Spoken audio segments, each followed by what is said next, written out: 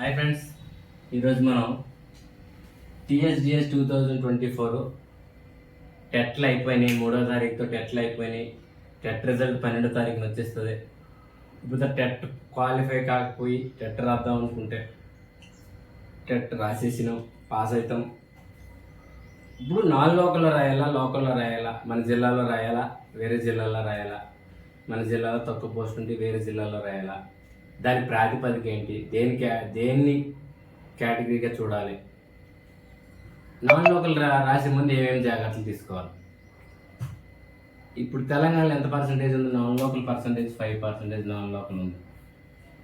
Non లోకల్కి 5% మాత్రమే eligibility ఉంది.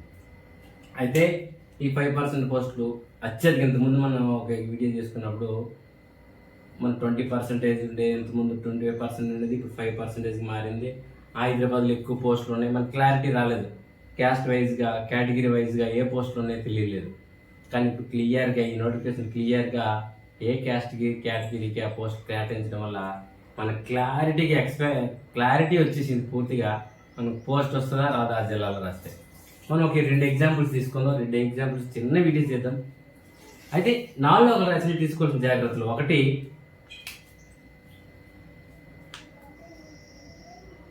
Non local కేటగిరీలో ఎన్ని పోస్టులు వస్తున్నాయి, కేటగిరీలో నాన్ లోకల్ కేటగిరీలో ఎన్ని పోస్టులు వస్తున్నాయి, ఎన్ని పోస్టులు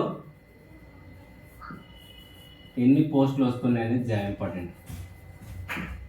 నాన్ లోకల్ కేటగిరీలో అక్కడ రాస్తే ఎన్ని పోస్టులు వస్తాయి, మన జిల్లాలో రాస్తే ఎన్ని పోస్టులు వస్తాయి ఫోటో చూసుకోవాలి. రెండోది, ఆ జిల్లాలో కాంపిటీషన్ ఏ విధంగా ఉంటుంది, జిల్లాలోని కాంపిటీషన్ ఏ విధంగా ఉంటుంది.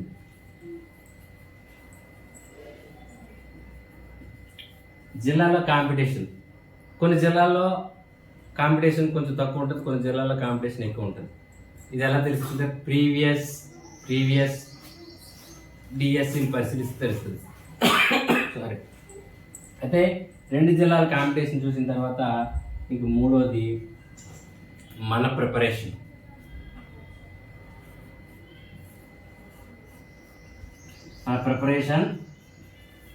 స్థాయి నాన్ లోకల్ కేటగిరీలో రాసినప్పుడు మన ప్రిపరేషన్ స్థాయి ఎలా ఉంటుంది, మనం ఆ స్థాయిలో ప్రిపేర్ అయినామా, ఓపెన్ కేటగిరీలో కొట్టాలంటే ఆ స్థాయిలో ప్రిపేర్ అయినాం. మీద ప్రధానంగా చూసుకోవాల్సింది ఈ 3. నాన్ లోకల్ కేటగిరీ పోస్ట్ ఎన్ని వస్తున్నాయి, జిల్లాల కాంపిటీషన్లో ఎలా ఉంటుంది, 3 మన ప్రిపరేషన్ స్థాయిలో ఏ విధంగా ఉన్నాయి, మనం ఆ కాంపిటీషన్ తట్టుకొని నిలబడగలుగుతామా. 4, ఇంకా కొంతమంది మా సొంత జిల్లా వేరే జిల్లా అయినప్పటికీ ఏం చేయాలి. ఒక సోదరు అడిగింది, పెద్దపల్లి జిల్లా హైదరాబాద్లో సెటిల్ అయినప్పుడు ఏం చేయాలి అని సోదరుడికి. ఏం చేయాలి, సెటిల్మెంట్ మన పెద్దపల్లి వెళ్ళే అవకాశం లేదు, హైదరాబాద్లో సెటిల్ అవ్వాలన్నప్పుడు హైదరాబాద్లో రాద్దాం అనుకుంటే ఆ డెసిషన్స్ మనం సొంతంగా తీసుకోవాలి. సలహాలు కాదు, సూచనలు మాత్రమే. అయితే ఇప్పుడు మనం ఒక ఎగ్జాంపుల్ తీసుకున్న తర్వాత మనం క్లారిటీకి వద్దాం. నల్గొండ జిల్లాను మనం ఎక్కువ పోస్టులు ఉన్న నల్గొండ జిల్లాను తీసుకుందాం. నల్గొండ జిల్లాలో ఓపెన్లు ఎన్ని ఉన్నాయి, 105 పోస్టులు ఉన్నాయి.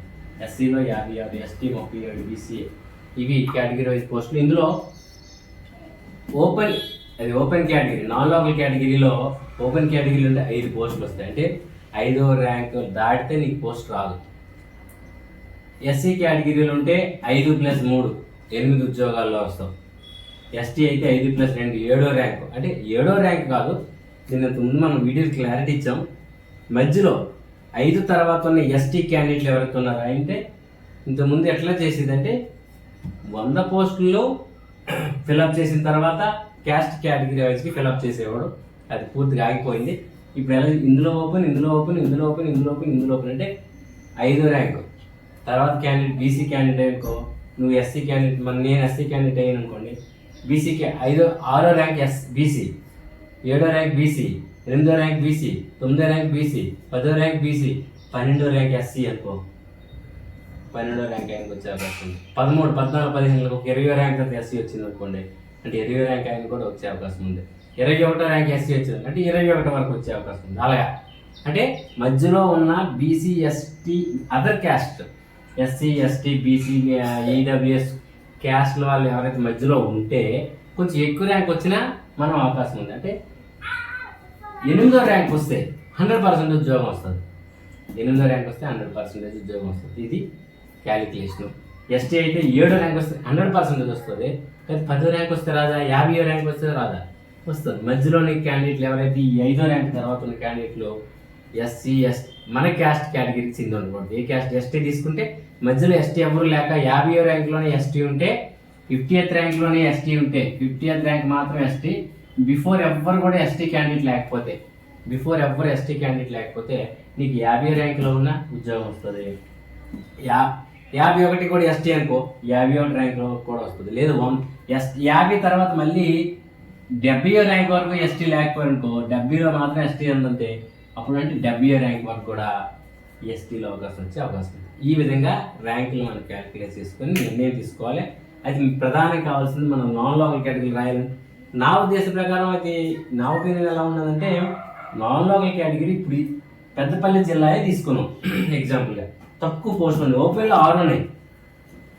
క్యాస్ట్ కేటగిరీలో ఎస్సీకి 2 ఉన్నాయి, ఎస్టీకి 1 ఉంది, బీసీఏ బీసీబీ ఉన్నాయి. ఇప్పుడు బీసీబీ అయినా ఎక్కడ రాయాలని డౌట్ వచ్చింది. నల్గొండలో రాయాలా, ఇక్కడ నల్గొండ ఎక్కువ పోస్టులు కాబట్టి నల్గొండ ఎగ్జామ్, లేదా ఖమ్మంలో రాయాలా అనుకోండి. ఖమ్మంలో రాయాలనుకుంటే ఎన్ని పోస్టులు వస్తాయంటే బీసీబీ ఆయనకి 4 ప్లస్ బీసీబీ 1 లేదా 2. ఇక్కడ 1 లేదా 2 ఎందుకంటే 11 పోస్టుల కన్నా ఎక్కువ ఉంటే 11+ ఉంటే అక్కడ ఖచ్చితంగా ఒక పోస్టు నెక్స్ట్ ర్యాంక్ ఇస్తుంది.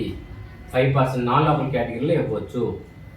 అంటే 20+ ఉంటే ఒకటి వస్తుంది. 20+ అంటే 11 పోస్ట్ ఉంటే ఒకటి.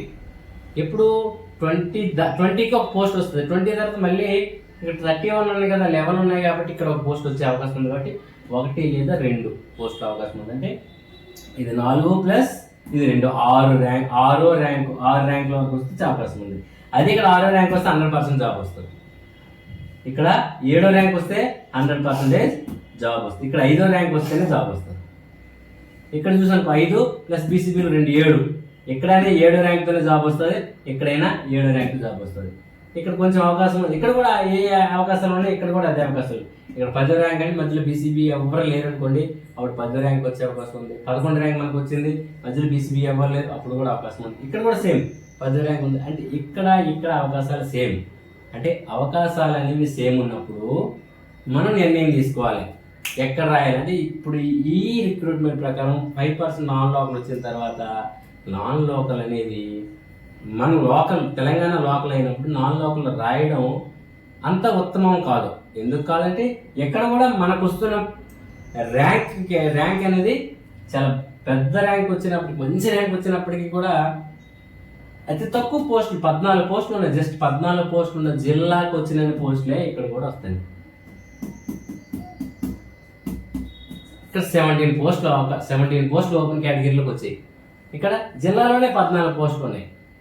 ఇంతే అవకాశాలు ఇక్కడ కూడా ఉన్నాయి మనకి. కాబట్టి నాన్ లోకల్ అనేది వీలైనంత ప్రిఫర్ చేయకపోవడం మంచిది. లేదు మేము అక్కడే సెటిల్ అయ్యాం, మేము రాయాలి అనుకున్నప్పుడు ఈ 3ని కేటగిరైజ్ చేసుకొని మనం ప్రిపేర్ అవ్వాలి. నేను రంగారెడ్డిలో సెటిల్ అయ్యా. ఇక్కడ మనం మహిళా రిజర్వేషన్ 33% రిజర్వేషన్ గురించి చెప్పలేదు. తక్కువ పోస్టులు ఉన్నాయి కదా, అది కూడా ఖచ్చితంగా ఫాలో అవుతారు. ఇక్కడ మనం నల్గొండ తీసుకుంటే 5 పోస్టులు ఉన్నాయి కదా, 5లో 33% వస్తే 2 పోస్టులు లేడీస్కి వస్తాయి, 3 పోస్ట్ జెంట్స్కి వస్తాయి. ఇలా ఇందులో కూడా రిజర్వేషన్ ఉంటుంది కాబట్టి దాన్ని కూడా క్యాల్కులేట్ చేసుకొని నాన్ లోకల్ అప్లై చేయండి. డిఎస్సి టెట్ అయిపోయింది, డిఎస్సి క్వాలిఫై అయినా నాన్ లోకల్ రాయాలనుకుంటే ఈ వీడియోని ఖచ్చితంగా చూడండి, మీకు ఖచ్చితంగా ఉపయోగపడుతుంది. వీడియో నచ్చితే షేర్ చేయండి, లైక్ చేయండి, మన ఛానల్ సబ్స్క్రైబ్ చేయండి.